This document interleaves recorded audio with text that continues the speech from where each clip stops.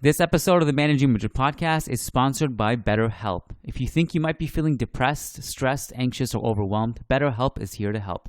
BetterHelp offers licensed therapists who are trained to listen and help you, and you can talk to your therapist in a private online environment at your convenience.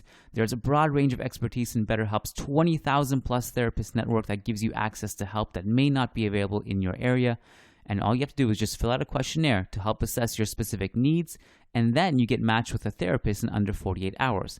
Then you schedule secure video and phone sessions, plus you can exchange unlimited messages, and everything you share is completely confidential. You can request a new therapist at no additional charge at any time.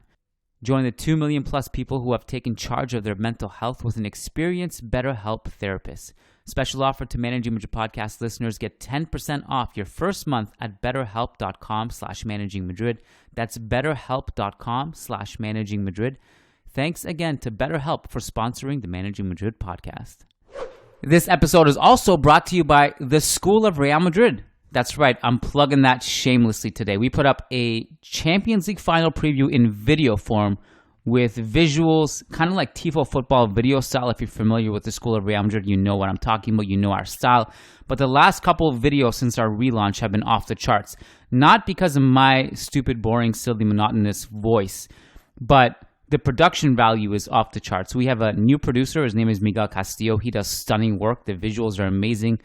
Go over to the School of Real Madrid YouTube channel. You can search it. You can also find it all over Twitter. It's blowing up. People absolutely love it. The reviews have been off the charts in the past 24 hours or so. Please go and watch that video. It's also pinned on the Managing Madrid homepage. The School of Real Madrid, a Champions League final preview. And as you can tell, my voice is pretty much done at this point between narrating that and also these daily podcasts. I mean, we haven't missed a day in a while. Over on patreon.com/Managing Madrid, here's what you're missing this week. Last night, Matt and I, we ranked every loanee in the Real Madrid umbrella, under the Real Madrid umbrella, and that was exclusively over on patreon.com/Managing Madrid. We also talked about Tchouaméni and Fran Garcia. And then tomorrow, which is Thursday, the world-famous Real Madrid mailbag, that goes up exclusively for Managing Madrid patrons. So if you want to submit questions, but also get access to the podcast itself, go over to patreon.com/Managing Madrid.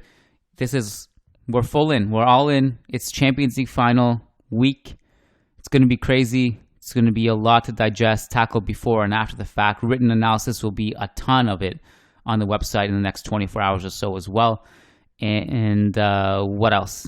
If you're interested, catch me on Sirius XM with my old pal Ray Hudson and Kev Egan. That will be, I think, somewhere between 7 to 9 a.m. Eastern. So if you just have them on, listen to those two guys anyway because they're fantastic. And I'll be in at some point to talk about the Champions League final for 10 minutes. And today's podcast is a two-parter. Part one is with the Anfield wrap. They are the Managing Madrid of Liverpool, but actually much bigger. They're role models for us. We love them. They do amazing work. And we had them on, Josh Sexton of the Anfield wrap on for the first 10 minutes. I also went on the Anfield wrap for 10 minutes. That'll be on their podcast at some point. And then part two of this podcast, Ryan O'Hanlon, our good friend from ESPN, formerly of The Ringer, Liverpool fan supreme. He helps me break down the Champions League final, and we talk about that as well. So thanks for sticking it out in this long intro. Enjoy the podcast. And as always, let's start with Ray Hudson and Derek Ray. Nice article in the Managing Madrid blog. Wonderful lads that do a great job there. And worth reading about that man there. Very Benzema needs to rest, and the numbers reveal why. Times ended up almost looking like a 6-3-1. Some very good writing about that on the Managing Madrid website. First-rate podcast as well. Of course, Fede Valverde was a huge part of the equation.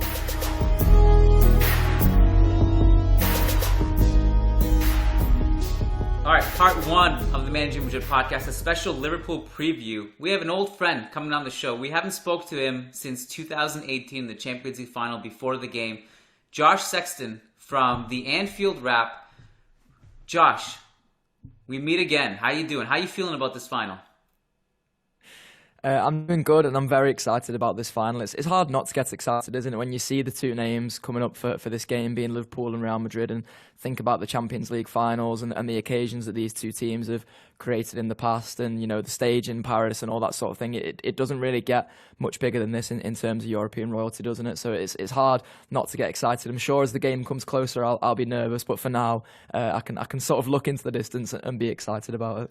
Yeah, all these smiles and all this friendly chat really goes out the window at some point when someone gets injured. There's a nasty slide tackle and there's some blood being spilled on the pitch. But we'll bring it forward to another day. I'm curious to know how you're feeling in terms of your chances of, I guess, putting in like an elite Liverpool performance. I don't doubt that you guys will go out there and be amazing because you guys have been amazing all season. It's interesting to look back now because since 2018, Real Madrid is the worst team since that final. Would you say that Liverpool are a better team since then? Oh, 100%, yeah. Okay. So if you look to the team that started that game, there's obviously Loris Karius in goal, who makes crucial mistakes in the final. There's Dejan Lovren in defence, who has sort of made crucial mistakes throughout his Liverpool career, as much as he did put in a good performance on the night. So I think in terms of literal personnel, we've added Alisson Becker to that team, we've added Fabinho to that team. Thiago, if he is fit, will surely make this final as well. Luis Diaz is another option we can bring in. So in terms of literal personnel, I think we've got stronger, but also as a team and as a tactical unit, and all those ideas that Jurgen Klopp wanted to implement. That game in Kiev was crucial, really, to I suppose being a learning experience for these players, because that was the first big stage they really got on when it was properly a Jurgen Klopp team. Jurgen Klopp had been to the Europa League final and the League Cup final in England and things like that before then, but that was never truly his team. This was the first final that Liverpool got to where that was a proper Jurgen Klopp side, and since then he's only been able to put his mark on it even more. And I think you've seen that in terms of Liverpool's performances in the Premier League over the last couple of years. I know last season was obviously a bit of an anomaly because of the injuries that Liverpool suffered, but I think you've seen it in terms of Champions League progress as well down the years. The fact that we went and won it the next season in Madrid and things like that. This team has only got stronger since then, and it makes you more confident for this game because,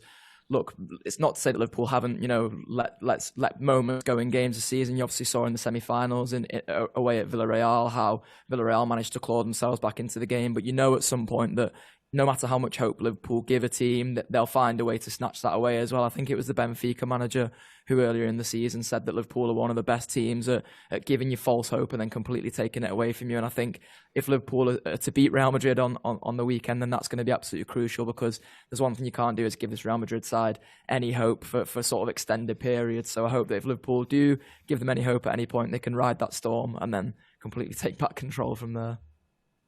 There's a lot in what you just said. I'm trying to figure out where to go. I will say it's interesting that you spoke about the false hope and stuff, because we can relate to that. I think teams have thought they've been in the clear against us so many times in the Champions League, only for us to overturn it.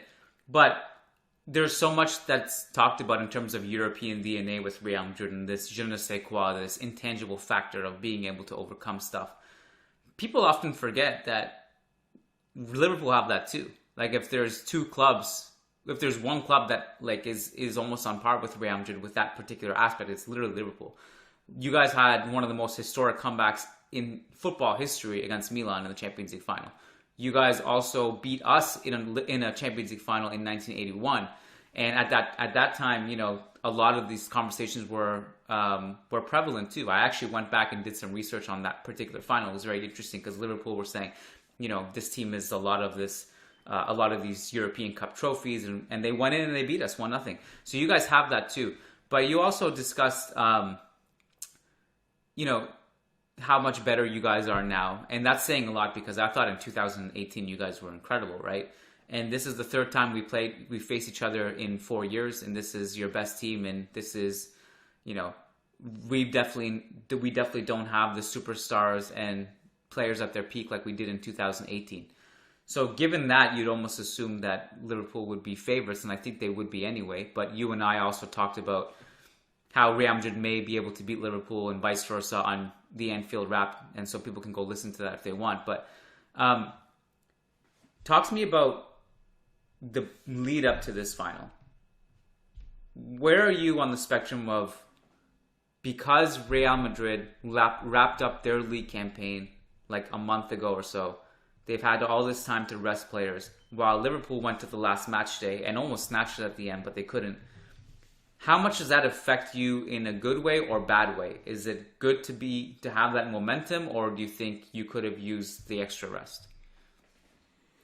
I think Liverpool are so used to playing with rhythm now. That's the word that Jurgen Klopp likes to use in terms of, playing 2 games a week. I think it goes back to like December for Liverpool now of just playing 2 games a week flat out for like the whole season. It obviously has required Liverpool to use their squad. I think the 5 substitutions in the Champions League will really help in terms of that, because if Liverpool find themselves in a hole at any point in this game, whether that's in terms of the scoreline, whether that's in terms of fitness, whether that's in terms of the patterns of the game, they'll be able to use their bench to sort of dig their way out of that in a way they have done quite a lot this season. But I think Jurgen Klopp has got his side playing so well in rhythm now. He's been able to use, broadly speaking, his strongest 11 for a lot of the games throughout the season, particularly their biggest games. So I think he would be pleased that Liverpool, things went the way they did, not in terms of, losing the league title, obviously rather than the league title, but in terms of being able to play on Sunday and then being able to play on the Saturday this week and to get a lot of those players minutes in their legs, because I think he would be worried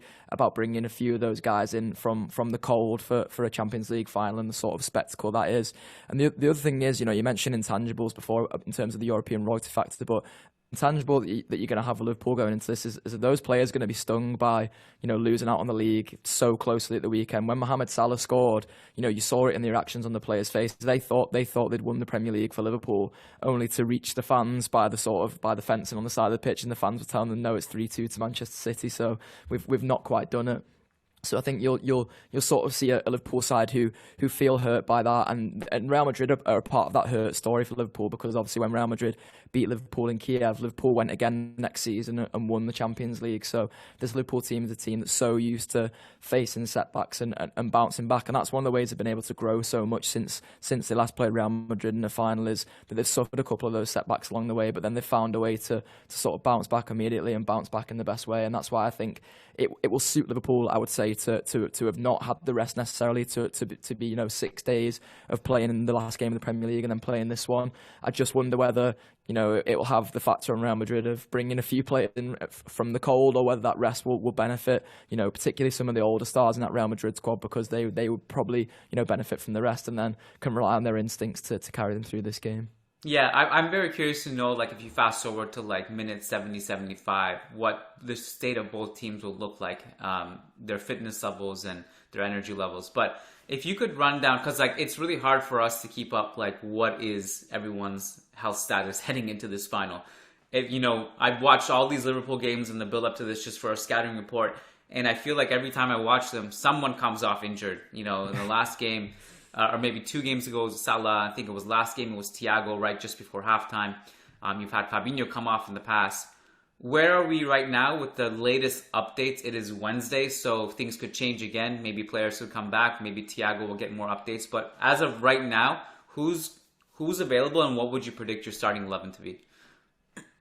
So yeah, as we speak today, Liverpool have been holding like an open training session before the media and things like that ahead of the Champions League final, and Fabinho and Joe Gomez have both took part in that. The only 2 players of sort of the entire squad, really, bar any sort of longer term injuries, that haven't took part in that are Divock Origi and Thiago. So we're all sort of fingers crossed on Thiago. I personally don't think that, because of Thiago's injury, the nature of it, and the fact that he had to come off at the weekend, that he will start this one. I don't think Jurgen Klopp would necessarily risk him from the start, but I fully expect him to be on the bench so long as he makes his way back to training at some point this week. So I think in terms of the starting 11, it would be very similar to the starting 11 that played against Wolves, which for Real Madrid fan listeners who don't know, was Alisson in goal, Trent Alexander-Arnold, Joel Matip, Virgil van Dijk, Andy Robertson. It would be Henderson, Fabinho, Naby Keita, and then Salah. Well, Salah didn't start that game, and Virgil van Dijk didn't start that game, but I imagine those 2 will come in, and then Salah, Sadio Mane is number 9, and then Luis Diaz on the left-hand side. We're running out of time, but I just wanted to ask you to close. What is it that worries you most about the final? I suppose it is what I would call the Real Madrid factor this season. And when I say that, I don't necessarily mean the European royalty factor, because I think you were right to say before that, if there's any team in the world that can match Real Madrid on that, it's Liverpool. If Liverpool do win this, it'll be their 7th Champions League, which will mean they match AC Milan as the sort of second best Champions League winners of all time, behind the ridiculous record that Real Madrid have set of Champions League trophies. You mentioned about experienced players playing in their 5th Champions League final for Real Madrid. For a few of these Liverpool players, it's their 3rd Champions League final in sort of as many years almost. So I think the Real Madrid factor, the way I see it, is that if Liverpool don't kill Real Madrid hopes, if they don't find a way to kill this game early on, if they allow it to still be in the balance heading into the later stages of the game in particular, in the same way that Manchester City did, then you'll get the likes of Luka Modric stepping up, you'll get the likes of Karim Benzema stepping up, Vinicius can sort of pop up from anywhere with a moment of magic as well as one of the sort of lesser experienced players. So I guess my biggest concern is that Liverpool give Real Madrid too much of that hope. But I have every faith in this Liverpool side to be able to take that away and hopefully come out with a trophy. Josh Sexton, thanks for your time, my friend. Hopefully we'll have many encounters in the future and more podcasts to record. Have fun in Paris, party hard, and have a great time. Thanks for your time, buddy. Thank you, Kiyan. You too, mate. All right, welcome to part 2 of the Liverpool Preview Podcast. One of the best things, and possibly the only real good thing about playing Liverpool again, who is one of the best teams in the world, if not the best team in the world right now, is that our buddy Ryan O'Hanlon will stop by and tell us all his thoughts about Liverpool. He is a Liverpool supporter, has been a Liverpool supporter for quite some time. In the past, we've talked about our previous encounters back in 2009. We've also spoken about the Champions League final. We had Ryan on also in 2019 when we faced Liverpool in the quarterfinals, I believe it was, and now we meet again in 2022 for a Champions League final. Ryan, welcome to the show, and as you predicted, Real Madrid would be in the Champions League final, right as you said all along, right? Yeah, exactly. And they're obviously going to win, too, so... I love it because I feel like it's a joke, but you can kind of tell that inside you're like, fuck, it's actually going to happen, isn't it? Yeah, it's like, so we're recording this on Wednesday, a couple days after Liverpool came within 1 point of winning the Premier League title. And I had this, it was like watching those games together it was terrible to watch. Like it was the first, people can be like kind of over dramatic about like, oh, it's, it's so torturous, like watching my favorite team or whatever. But like that was just the way it played out was purely like there was no positives because Liverpool like never even had the lead when Man City were losing. But in the back of my head, it was even worse because now I'm also like, I know what happens when Liverpool plays Real Madrid, and I'm just expecting the worst case scenario to play out there as well. So you're right. I'm sort of joking as a professional journalist, but also as a fan, I'm not joking at all. Well, also just for context for our listeners, I know you've been writing about this goes all the way back to the group stages where you really, really had a case and still do, but that Real Madrid are not that good. And the fact that, if you look at also just the predictions models and the percentage of chances that Real Madrid had of getting to the final was incredibly low. And you and I always joked about and I would always tell you because we'd message each other after every game that Real Madrid would win when it wasn't a very convincing performance. And I'd always tell you, Ryan, man, we don't need to be good to win this tournament. You have to remember that. And here we are. And I honestly, I'm shocked that we're here, to be honest. I'm kind of shocked but really if you asked me this when we drew PSG before the games even started, and especially after that first leg, I was like, man, we have way too many problems to even be thinking about getting to the final. There's no way. So I'm also blown away.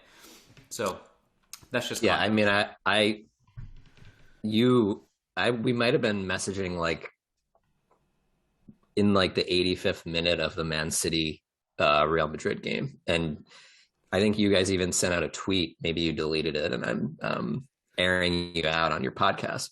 You guys were just like, yeah, this, we just don't have it. It still exists. We didn't delete it. We kept it. This isn't going to happen. I didn't think you deleted it. So, yeah, I mean, it's I mean, that's why I like coming on your podcast, because you're not just yelling at me and telling me Real Madrid are European royalty and clearly the best team. You understand sort of how the sport works and how unlikely a lot of the results that Real Madrid produced were. But at the same time, Real Madrid has a lot of good players, and a lot of stuff can happen in one soccer game. So, well, that particular tweet, I remember really, truly at the time, it was not even like half the stuff we tweet is an attempt to jinx, right? So, but that one really, truly, I felt, no, this is no way. There's absolutely zero chance that we can do this.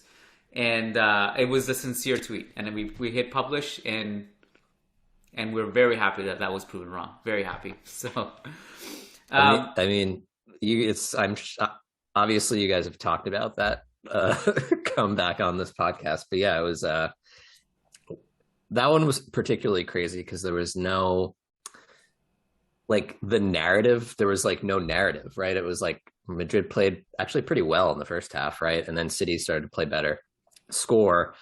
And then Madrid, it wasn't like Madrid were knocking on the door for 20 minutes. They just weren't doing anything. And then they just suddenly scored 2 goals in injury time. It was crazy. Yeah.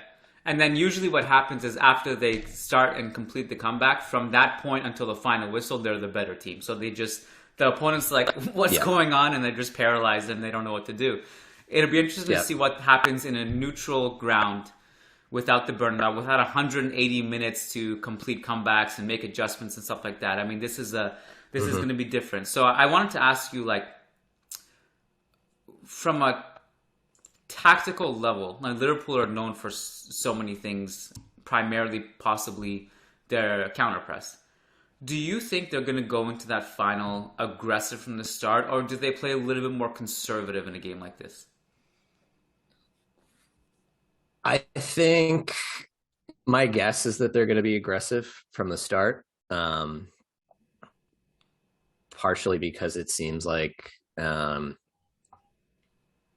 mostly everyone will be healthy other than Thiago and maybe Fabinho, but it seems like Van Dijk is probably back. And then you have either Konate or Matip next to him in the same back line. It seems like Naby Keita is going to be starting, and he's almost not really... you don't really want to be playing a sort of more passive style with him out there. I think that kind of removes a lot of what he's good at. And this year they've kind of, in some ways they're pressing has increased after the past couple of years this year. So I think they will, but at the same time, the game against Tottenham, what was that now? 3 years ago? The final. That was somewhat skewed by Liverpool scoring right away, but that was an extremely passive game by Liverpool. They didn't press super intensely, but that might be because they just scored right away. But overall, I think in some ways it's not. I think it's just going to be Liverpool doing mainly what Liverpool does, would be my guess coming into this game. You think that would be the best approach, just doing what you're good at, right? I mean, I had to go back and look at, because I wasn't sure what they did in 2018, and I went back and looked at my notes and actually rewatched some of the opening 10, 15 minutes, and it was actually quite painful to watch because Liverpool were very aggressive and we actually had no answers. And we were much more press resistant then than we are now. Eventually, we kind of weathered it a little bit and grew into it, but the first 15, 20, we were actually a bit panicky with the ball, and we couldn't really deal with that aggression. Yeah, and Liverpool now obviously have more players to... I have memories of that game of them constantly turning Madrid over, but not being able to do anything with the transitions they were creating. And obviously now I think they have... It's, rough, a lot of the same players, but a lot of the players are better to kind of capitalize on those opportunities. What was staggering about that final too... Sorry, Ryan, I didn't mean to cut you off, but just after all of those turnovers that you guys generated, you only had 2 shots on goal after 90 minutes. And I was blown away by that stat. Yeah. Very weird game. And another one with something that happened early on in the game that may have affected the rest of the game, which we will not bring up on this podcast. But I think the other thing, which is interesting with Liverpool, right? Maybe in comparison to Man City, Liverpool beats Inter Milan first leg relatively easily, loses the second leg at home. I think is their only loss at home this season, if you want to count that as a loss, even though they didn't have to win. And then next was Benfica, right? And they won easily on the road and then played a very open game at Anfield, and Benfica scored. But in the long run, I think there's a lot of studies that have shown this. In the long run, if you're the better team, playing a more open game is actually better, because the more chances that are created, it gives your talent basically more opportunities to win out, as opposed to if like Liverpool had 8 shots and Benfica had 4 or something like that. And then in the Villarreal game, it was almost similar. It was a way more like, and that was the first half, and that was crazy. Maybe we can talk about that. But Liverpool, again, it ended up being a much more open game than I think maybe other coaches would want. But I think it seems to me, at least from the outside, that Klopp has kind of realized that like trying to just play to the game state basically can lead to a lot of really bad stuff happening, just because you need one deflection, one handball or whatever. So I think he, at least so far, again, against, albeit not the greatest competition other than Inter, who I think are a very good team, he's played the numbers properly, even if that's, led to a more sort of open style that seems like it would actually be the wrong strategy. I think it's actually the right strategy in the long run, if that makes any sense. That's interesting. So on that note, one of the themes that was discussed after we lost to City at the Etihad 4-3 in that crazy game was that Ancelotti said after the game that he wanted to create an open game. And we discussed in the podcast, like, we thought that was beneficial to Real Madrid because they thrive on chaos and disorder. But it also turns out that we could have been having a different discussion had City scored one of their 800 chances that they had. It could have been 7-3, you know? So we would have changed like our tone. If the handball doesn't happen, right, then it's completely different. I don't even remember that. Which handball? Was that? Wasn't that how Madrid got their third goal? Laporte handled a cross basically into the box. Yeah, okay. So stuff like that. Yeah, and also in the second leg, we completely closed the game because we needed to. And that actually, like you said, we played well in the first half. We sacrificed our offense a little bit, but defensively, at least they didn't rip us apart. And we eventually got a couple chances at the end, which we scored from, and it was game over. In this particular final, I actually think we'll see an open game, maybe more so than in, compared to the Liverpool-Tottenham final a couple years ago. And I wonder who that benefits more, and I'm curious to know what you think. Because an open game for Vinicius versus Trent is good news for us. But at the same time, it's going to be difficult for us to close the channels, obviously, with the way Liverpool attacks. So who do you think that benefits? Yeah, I think there's, I think one interesting dynamic is that obviously Liverpool, they've played the maximum number of games possible this season. They're the first English team to do it in forever, meaning that they've made the final of every competition. And you could also say they've played the maximum number of games in the Premier League, right? Because every game they basically needed to win because it went down to the wire. They have rotated a little bit, but and they haven't had a midweek off since March, I believe. So I think that there is an interesting, and it seems like Madrid are sort of coasting basically into the final, have a couple extra days off. So I think there is a potential that, like, I guess I'm wondering if Liverpool aren't at full physical capacity, whether an open game is worse for them or a closed game. Because if we're talking about like a closed game, you mean basically Madrid is kind of bunkering in and Liverpool is sort of, trying to press them and turn them over. And I think that's a physically demanding thing to do when you're the pressing team as well as the defending team. So I guess I would say, I don't know. I envision I think an open game is better probably for Liverpool, all things being equal, just because that's like what they do and how they play. they could easily lose an open game because, like you said, Vinicius, I think anyone who's watched either of these teams play once, they can sort of figure out what the obvious sort of path to goal for Madrid would be. Yeah. But at the same time, like that's just what Liverpool does. It's good for Trent to be in an open game with the ball, right? It's good for all of Liverpool's attackers. Probably especially good for Naby Keita, who I keep bringing up. So yeah, I mean, do you feel it basically the inverse of what I'm saying, that an open game would probably be better for Madrid? Or no, I'm like, to me, my mind keeps on going to the key thing for us is, can we get the ball to Vinicius in space? Because one of the things that I keep on thinking about as like, I'm kind of just envisioning how this game will go, and a lot is going to be on that flank for both teams.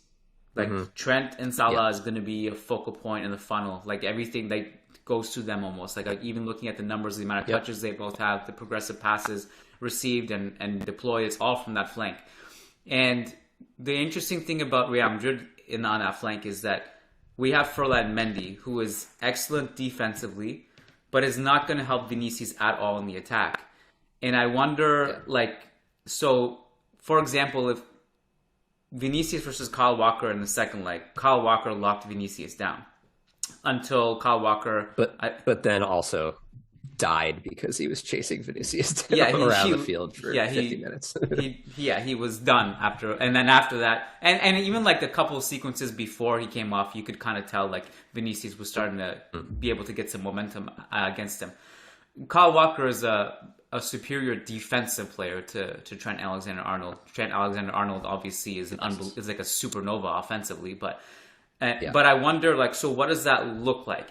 I feel like we're going to have a lot of moments where Vinicius is isolated by himself trying to do a transition attack, and if he can get that space, like what does that look like? Is it Fabinho who has to come and cover? Is it Van Dijk who has to come and cover? Maybe that creates space for Benzema in transition. I was watching the Chelsea game also, the final, Liverpool-Chelsea final. And I noticed like Liverpool's like tracking is kind of hit or miss, right? Like Mane and Trent Alexander-Arnold, there were a few sequences where they're kind of jogging back in transition, not tracking those runs. I feel like those are the moments where we're going to have to take advantage. And if I had to guess, we're going to be pretty deep. Like Chelsea played a little bit more, held a higher line against you, but I'm thinking more of like we're going to copy like Conte's playbook, which is like pretty much deeper than that. If I had to guess, I don't know. Yep. So I'm wondering how you think that plays out on the wings. Yeah, no, I think that's another reason why I think that a less open game probably doesn't favor Madrid. I don't think they would be the favorites, but it'd be better for Madrid in that situation, just because that's just like, I mean, so the first half against Villarreal, you did see a team just be like, what if we just like press this team? What happens here? And it actually like fucked Liverpool up for 45 minutes. And then they made at least Klopp said they made like one tweak basically to have Keita be positioned in a certain way, and that allowed them to just easily play through the press, and the game was basically over in the second half pretty much immediately. But it did work. That being said, it's not, we haven't really seen Madrid be a comprehensive pressing team. They've done it in spurts when Camavinga comes on, but like just suddenly trying to press Liverpool in the final is probably a terrible idea. So that being said, the other times Liverpool's struggled, which Chelsea has played Liverpool very well, frankly, given Liverpool finished almost 20 points ahead of them in the table. When you watch them play, you wouldn't kind of know that. And West Ham also played Liverpool really well this year. And they both, they're able to not get pushed too deep, I guess we'll say, defend pretty well in their box. And then by doing that, it creates all the space because Liverpool is just pushing up to play basically just the diagonal balls into the channels. Basically, it's like, right, it's like the thing with Trent is like, he's like an okay, 1v1 defender. It's just that the way Liverpool plays, he's not in the fullback area most of the time. So like that area is wide open. So I think that's kind of basically, it's like how often can Madrid kind of exploit that space, I think is probably going to in some ways decide the game from the Madrid perspective. Like, can they get out of Liverpool's press? One thing I feel like last year that was kind of underplayed in the Madrid Liverpool game, obviously Liverpool will have slightly better center backs, just slightly better than Nat Phillips and Ozan Kabak this time around. But Toni Kroos was just pinging balls over into the space to Vinicius. But part of that is because of how Liverpool plays, but also Toni Kroos was just standing in acres of space, able to play the balls over the top. So it's can he find that space against Liverpool? Can Liverpool close that space down against him, etc.? So I feel like that's kind of the knot that's going to get pulled in both directions by each team. And Vinicius is obviously going to get on the end of some of those balls. It's more of a question of how many, I think, right? And then I think you'll probably see Konate start in this game because he's an absolute freak in terms of, in some ways is he's not the Kyle Walker of center backs. He's still a little bit raw, but he's, can run with Vinicius basically and kind of slow him down. So, I think it's a question of, one, how efficient are Madrid with those moments, and then how many of those moments can they create? And probably the latter is the more important question, if I had to say. Yeah, how many is a key question for me, because if you get a high volume of those attacks, this is already a team that severely overperforms their XG. You saw it against City. They can score 3 goals from 4 chances and score unlikely goals.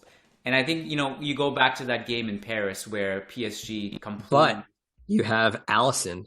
You have Alisson who severely forces the other team to underperform their XG in the other way. So let's see what happens. It's a new anyway, challenge for us. Sorry to interrupt. No, well, it's, going back to that game in Paris where PSG dominated us and we couldn't escape our half.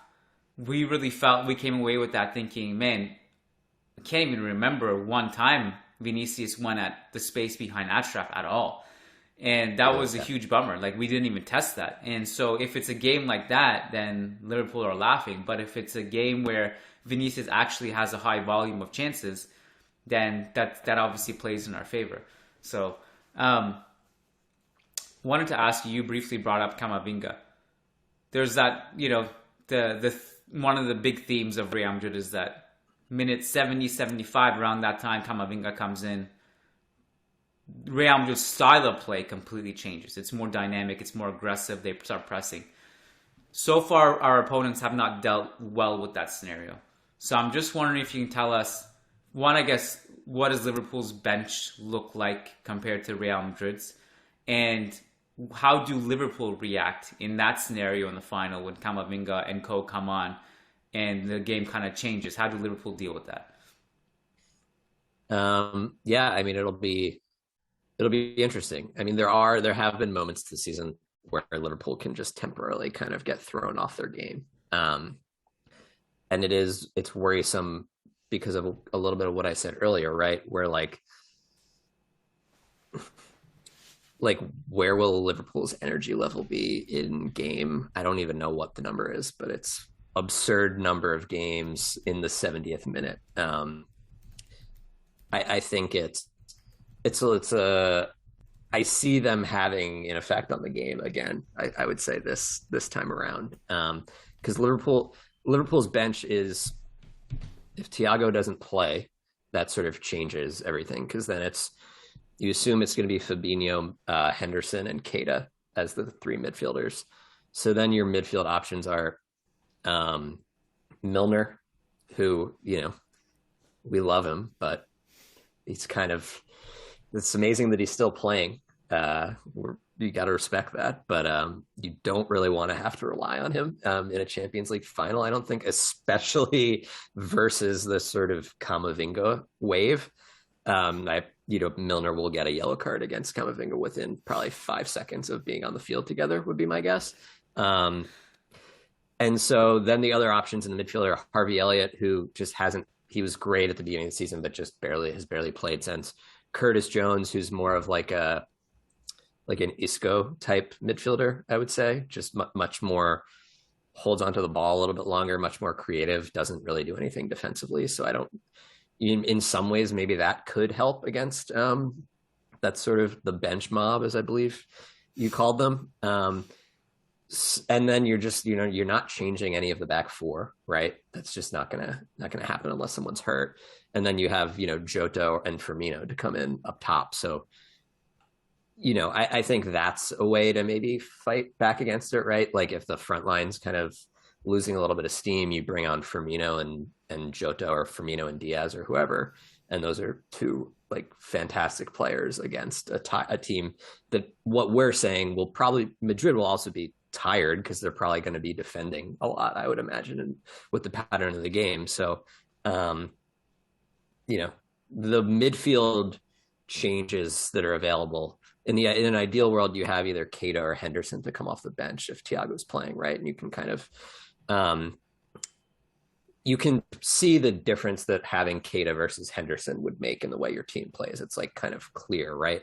And they won't really have that as a kind of lever to pull in this game, which could end up being an important thing based on the impact that we've seen from Madrid subs. I mean, is there any argument to have Camavinga start the game, do you think? I mean, I don't think it'll happen, but yeah, there is a huge argument for it. I mean, he's good enough to start for Real Madrid, and so there's no question that I think most Real Madrid fans are there where they believe that, and I think it's rightfully so. But I think we're also at a stage where we're like, let's not mess with this formula that's working, where they come in and just like throw shit around and throw people around and it works. And it's kind of this, we have the same argument with Fede Valverde and Rodrigo too, where like I think a lot of us feel Rodrigo was the better right winger. However, the dynamic of Fede starting and then we have Rodrigo come off the bench in the second half and starts breaking lines when he comes in. Also, we're fine with that as well. So the formula works, but I would imagine next season we're going to have more of Camavinga and Rodrigo starting more games, I imagine. Yeah. Can you explain the shift and the difference in dynamic from Firmino to Luis Diaz? Because 4 years ago, we looked at that front three you guys had as one of the best in the world. And now, are we saying that this is better than that? And how has it changed? What does Luis Diaz do that Firmino couldn't do? So I think with Firmino, the two sort of things he's special at, in addition to he's never been looked at as kind of a player that produces a lot of goals and assists, even though he has, per 90, his numbers are basically always very good. But his off-ball movement is absurd. He presses basically as much as any player in that position in the world. He's always, worse teams tend to have more pressures in a game, right? Because they don't have the ball as much. But you'd constantly see Firmino and like random player from the 17th best team in the Premier League both having the same number of pressures in a game. And then the other thing is he drops a lot deeper, right? And gives Liverpool a little bit more of an extra presence in the midfield, I think, in terms of possession. That also creates space for Salah and Mane to run into. And, he's played well when he's kind of been in the mix this season, but then he got hurt and just kind of hasn't played as much. So he has kind of fallen down the pecking order. And for a while it was Jota who, along with Mane and Salah, who was starting. It was mostly Jota kind of down the center. In a lot of ways, Jota is like basically the closest thing they have to a traditional center forward. Somehow scores a ton of headers despite basically being my height. Doesn't do a ton of contribution in build-up play, and is also a pressing maniac. But since Diaz came, they've shifted Mane into the center, which I think has made them a little more dangerous because Mane, he's able to drop a little bit deeper. He's not dropping deep as often as Firmino does. But he's just like, Mane is just able to like it's like a FIFA player to me, basically. Like you can pass the ball like to his neck, to like his back, to his backside, and he's still going to somehow suddenly turn and create a pass out of those situations. And he's so two-footed that I think it kind of creates a little bit of unpredictability. And then Diaz is like, he's really good presser. And he's also just like, he's not like a traditional winger in the sense of what we think of traditional wingers, but he's just so kind of dangerous getting the ball at his feet, and he takes probably more touches than the other front three does. But I think that like there's like an added value that they get by having, they basically now it's Salah, Mane, and Diaz, and they're all just like incredibly dangerous with the ball at their feet. And also most of Mane and Salah in particular are really good without the ball as well. So I think that there's, there's like a little bit more unpredictability maybe in the way that the front three functions when you have Diaz and when you have Mane as the center forward. And obviously Salah is doing what he always does from the right. Yeah, well, it's weird. I mean, I can also just put it in much less detailed and less convincing words, but the way I would describe it, and I know how good Firmino is at his peak. Like when he's healthy and he's playing consistently, he's an unbelievable and he's an intelligent player. But there's something about Luis Diaz just that terrifies me that I didn't experience with Firmino, and I haven't even faced Luis Diaz yet. But when I watch him play, he almost has that like, I don't know how to call it. It's almost like an FU factor that he has, that he just he's just a scary proposition. And also Carvajal, although has been playing good last couple games in the Champions League, is not the player he used to be. That kind of concerns me a little bit. That's another reason why Fede Valverde will have to start on that right wing, right? Because he's going to help defensively with that. So I can't explain it, but Luis Diaz has something about him that just I worry about. Yeah, he's definitely like very direct in the way that he plays. He gets the ball and he just drives it toward the goal in a way that maybe Mane isn't if he's playing out there. And Firmino, obviously, that's just kind of not. Firmino's not getting the ball 30 yards from goal, cutting in past the fullback and then like ripping a shot or playing a through ball, right? He's doing a lot of other stuff. So yeah, I think it makes sense. But it'll be interesting to see if Thiago doesn't play. Like, I guess I would have to go back and look and see how much of Diaz's minutes have came with Thiago out there. It'll be interesting to see like how well the directness of Diaz kind of works without someone like Thiago kind of creating all of these opportunities for him to be direct basically out there. And you have a kind of more, workman-like midfielder on that side. So it'll be interesting. I was going to ask you, I mean, you kind of answered it, but maybe if you want to add anything else, but what's the difference between Liverpool with Thiago and without Thiago? Liverpool with Thiago, I don't know what. Liverpool with Thiago and Fabinho, they've never lost a game with the two of them out there. So that's interesting. They average, it's like 103-point pace, basically, they're on with those players on the field. But so, I think I don't know if the Managing Madrid fans are aware of this, but the kind of story with Liverpool is, right, that they outsource their creativity to their fullbacks, right? And that, Trent is basically like Toni Kroos for Liverpool, right? Like he's just a fullback. And Robertson is, he's basically like a winger, right? He's a great outlet and getting on the ball kind of in the like little, pocket where you can create cutbacks from on the left side. And they did that by like having Fabinho, Henderson, and Wijnaldum just kind of do nothing. They don't really stand out in any of the stats. And then with Thiago, you now had like, okay, you have to worry about Trent playing the passes through the lines and creating everything.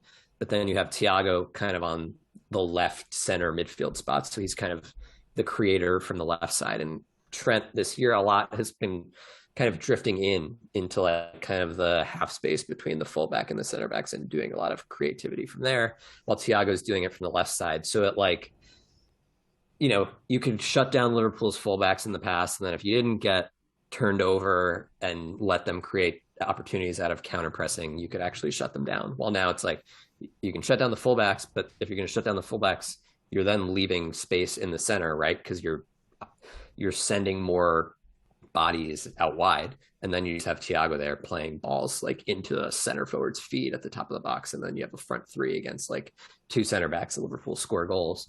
And like Henderson and Keita are both really good players. They're both really good, but they're just not they're they're much more. I don't think you lose anything in terms of a ball winning perspective. Maybe you do a little bit because Thiago's actually fantastic winning the ball back too. But they're safer. Keita is not as safe, but he's more of a guy that's gonna like occupy weird spaces to receive progressive passes, and then drive forward with it as feet. While Henderson is he doesn't really lose the ball. That's kind of his thing rather than playing the kind of line breaking passes. So they're just like, Thiago's like basically a perfect midfielder outside of, the deal with the devil is that he gets injured all the time. That's why he's able to be perfect when he plays, basically. He is unbelievable. He really is. I mean, I've always enjoyed watching him, especially after he left Barca. I mean, he's just got the supreme talent, just incredible first touch, incredible just technique, everything. Visionary. One last question I wanted to ask you, then we got to go. Okay. This Champions League run for Liverpool, so correct me on this if I'm wrong. The order was Inter and then Benfica and then Villarreal, right?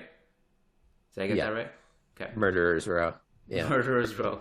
At what point throughout those 3 ties and 6 games overall did you feel most worried as a Liverpool fan?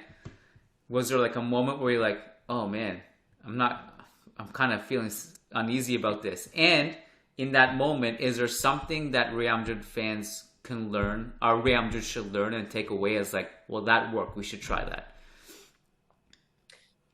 Let's think. We also had the group stages too, if you want to include that. Yeah, I mean, I guess I was thinking more of like high stakes, Yeah, AC Milan, Atletico, and Porto were in their group. This is a not an group. easy group. Yeah. Crazy to think that Milan went on to win Serie A after finishing last in that group. Yeah. Unnecessary drive-by with AC Milan. But anyway, just completely annihilating Milan for no reason. Yeah. I mean, so Inter, basically, like, the pattern was Liverpool, like, dominated the first half, but it's like the domination where you're, like, getting the ball into the box nonstop, but, like, the chances aren't actually coming, so they weren't creating great chances, but it was like, you're doing all the other stuff, the chances are going to come. And then, like, Milan played, like, really well. Inter, I can't believe I called them Milan. People will be really mad about that. Played, like, really well for, like, 10 minutes at the beginning of the second half, and I was kind of like, shit. And then Klopp made a handful of subs. Diaz, Henderson came on, and then Liverpool just completely took over the game. Benfica, there was not really any any worries against Benfica. I mean, Konate, like, made a mistake that gave Benfica a goal in the first game, but that was just like, a freak occurrence where it's like, okay, congrats, they scored, but like they didn't do anything special.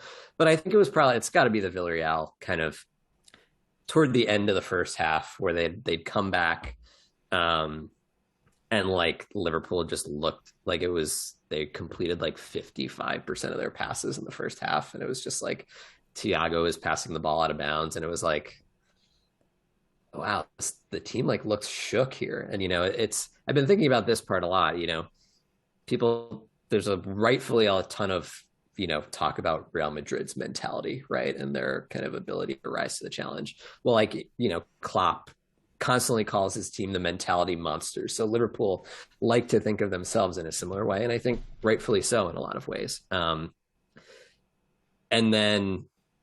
it was just like, wow, like I don't know how real momentum is in sports in terms of the way we speak about it, but like it sure seemed like they were like Villarreal was just going to score again. But then halftime comes and Klopp, makes a couple tweaks or whatever, the team comes down, they completely dominate Villarreal in the second half. So I think where that would connect is I think it does line up with kind of this like Madrid biding their time and then just like throwing the kitchen sink with all the subs at Liverpool in the 70th minute or whatever. Because like the Villarreal game showed that like, you can rattle Liverpool despite them sort of being the team that's supposed to rattle you, So I think, in some ways the game could come down to, right, like, is Madrid down by 1 in the 70th minute? Are they winning by 1? Are they down 2? Like, I could see that being kind of the dynamic of the game where Madrid kind of do what we're saying, hold on against Liverpool, maybe give up a lot of chances over the first 70 minutes, but maybe not good ones. Create a couple of chances with Vinicius, and then the Camavinga and co come on, and Liverpool's just dead after a long season, and Madrid just kind of does it again over the last 20 minutes. Who knows? I mean, I was on the Anfield Rap podcast before this. They asked me about something similar, and I was like, look, if you're either don't score against us if you want to beat us, or leave it till like the last kick of the game, or just like really put it to bed, like 5-0, put us to bed so we have no chance. Like that's the way to do it. But like your point about the mentality, I've been hammering home too, because all Real Madrid fans are like, man, we got the Champions League DNA. I'm like, I don't know if you guys know, but we're not playing like Alaves. We're playing the team that's the third most successful team in this competition's history. They've beaten us in a Champions League final before in 1981.